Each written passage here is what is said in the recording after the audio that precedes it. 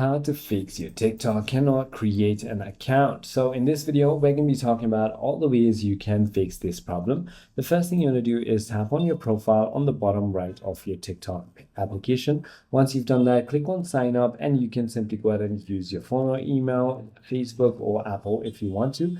If you're seeing an error, then the first thing you want to do is check your internet connection. You can try toggling between your Wi-Fi and your cellular, or even try restarting your router. If that doesn't work, keep in mind there are a couple of TikTok requirements like age, your region, eligible methods that you can simply go ahead and create an account with. So make sure that you are meeting them.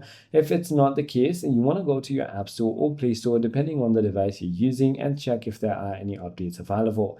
If not, you can try restarting your mobile device or even try a different way to go ahead and sign up.